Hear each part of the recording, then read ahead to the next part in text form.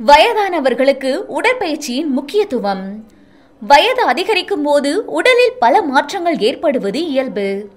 இந்த மாற்றங்களை சமாளிக்கவும் ஆரோக்கியமான வாழ்க்கையை நடத்தவும் உடற்பயிற்சி மிகவும் முக்கியமானது.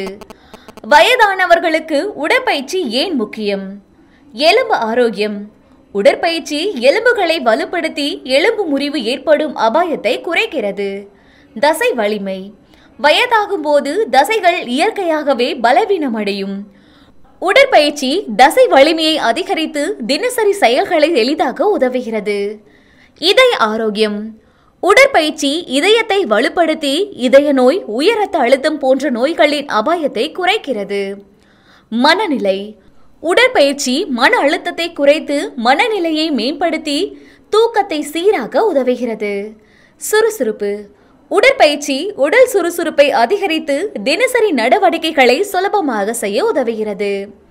வயதானவர்களுக்கான உடற்பயிற்சிகள் எளிதாகவும் சீராகவும் இருக்க வேண்டும். எனவே உடற்பயிற்சி, யோகா போன்றவற்றை செய்யலாம்.